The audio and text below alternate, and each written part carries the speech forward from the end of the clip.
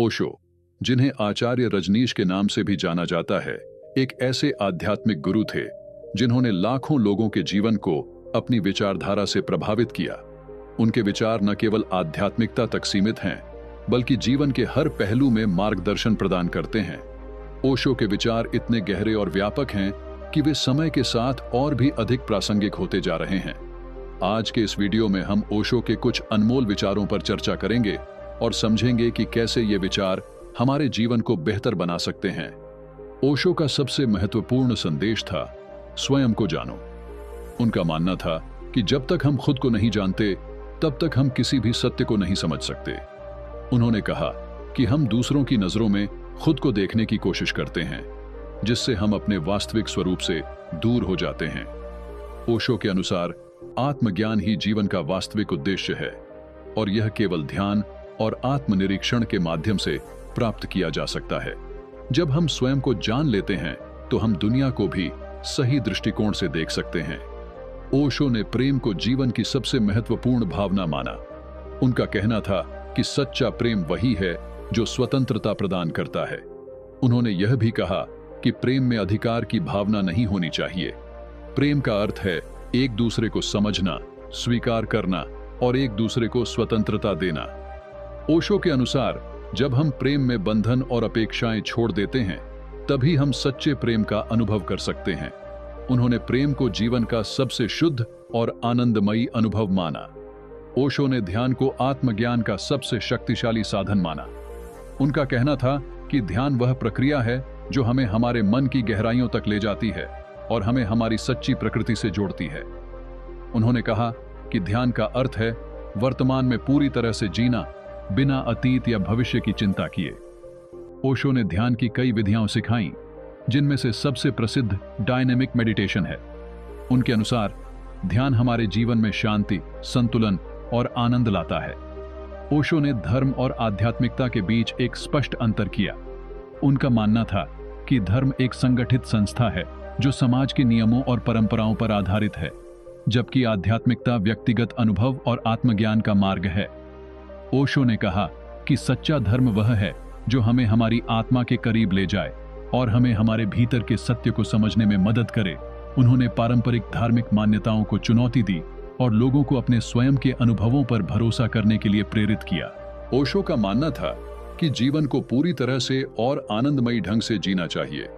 उन्होंने कहा कि जीवन को गंभीरता से नहीं लेना चाहिए, बल्कि इसे एक खेल की तरह जीना चाहिए। उनके अनुसार जीवन में सबसे महत्वपूर्ण है कि हम इसे पूरी तरह से अनुभव करें और हर पल का आनंद लें। उन्होंने कहा कि हमें अपनी इच्छाओं को दबाने की बजाय उन्हें स्वीकार करना चाहिए और उन्हें पूरी तरह से जीना चाहिए। ओशो के अनुसार आनंदमय जीवन वही है जो बिना किसी अपराध बोध या पश्चाताप के जिया जाए। ओशो ने समाज के नियमों और परंपराओं की कड़ी आलोचना की। उनका कहना था कि समाज व्यक्ति की स्वतंत्रता को छीन लेता है और उसे एक बंधन में बांध देता है। उन्होंने कहा कि समाज हमें वही बनाना चाहता है जो वह चाहता है, न कि जो हम वास्तव में हैं। ओशो के अनुसार हमें समाज की अपेक्षाओं से मुक्त होकर अपने वास्तविक व्यक्तित्व को पहचानना चाहिए और उसे जीना चाहिए।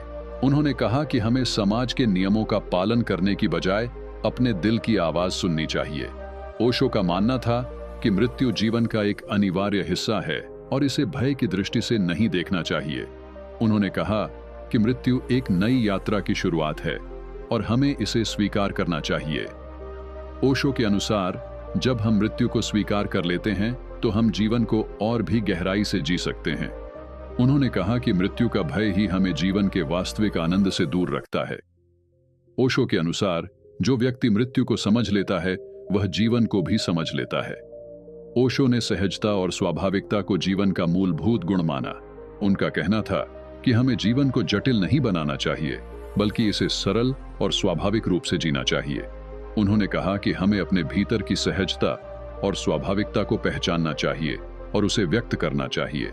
ओशो के अनुसार जीवन का वास्तविक आनंद तभी मिलता है जब हम इसे बिना किसी बनावट या दिखावे के जीते हैं।